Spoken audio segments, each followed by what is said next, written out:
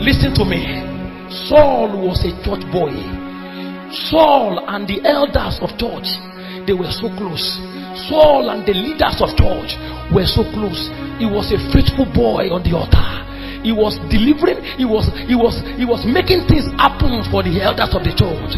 He thought he was on the right track until the day he encountered light on his way to Damascus. Saul, Saul, why are you persecuting me? It is a terrible thing for a man to kick against Tom. Saul said, what did you say? I am an energized man, running up and down for the job. He said, Saul, you are persecuting me. You are going against your destiny. This one that you are running with, I don't know who gave you that mission. That is not your destiny.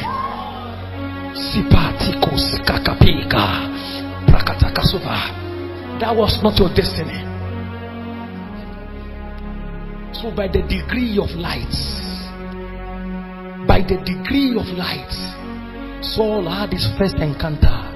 The Bible says he fell to the ground. That knowledge failed. That knowledge failed. That he was taught, that education that he came with failed. What he has been trained in a particular way that is not of God, it failed. And immediately, the Bible said when he returned, after he heard the voice, he could not see a man again. So he does not look like a man again. Saul he was a faithful boy of elders. He was a faithful son to many leaders. Something happened to him that disengaged him. He was a man of nobody, but a man of God. He saw no man, not even the rabbi, not even the Sadducees, not even the Pharisees. Saul came back and did not know, he did not look like man. Before this time, he looked like his grandfather, he looked like his grandparents. Many of us today are running the vision of our parents until you encounter light and you fall. When he came back from that experience, he did not see man. And notice it, his eyes, he could not open his eyes for 3 days. It was intentional, it was planned. So that for 3 days, everything he will be seeing is heavenly vision. That was where the revelatory was formed. So you can see Paul today and bring us rhema from heaven concerning virgins, concerning age, concerning many doctrinal issues.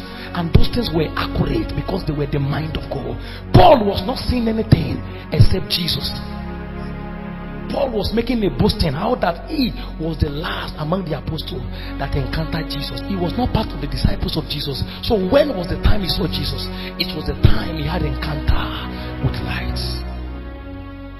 So for 3 days, Saul was seeing the vision of his destiny. Saul was receiving vision.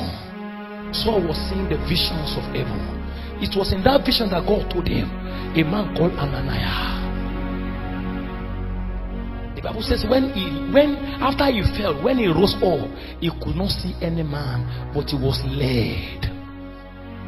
This was a man that was running before. Can it be that you are too quick? You are too quick without God. You are a man going nowhere. Your speed does not matter. What matters is who is with you, who is leading you, who is holding your hand. So Saul was held and he was being taken up and down. Now his knowledge is gone. Now his understanding is gone. God cannot use you with your understanding.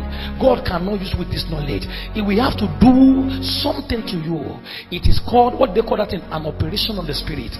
It will take away this forbidden knowledge and make you empty so that you can depend on him. Now you don't even know the way again. You must depend upon the way. Now that he was blind, he cannot see. He must depend upon the light. So Jesus said, I am the way, the truth, and the life. Yeah, na na na na. Yeah.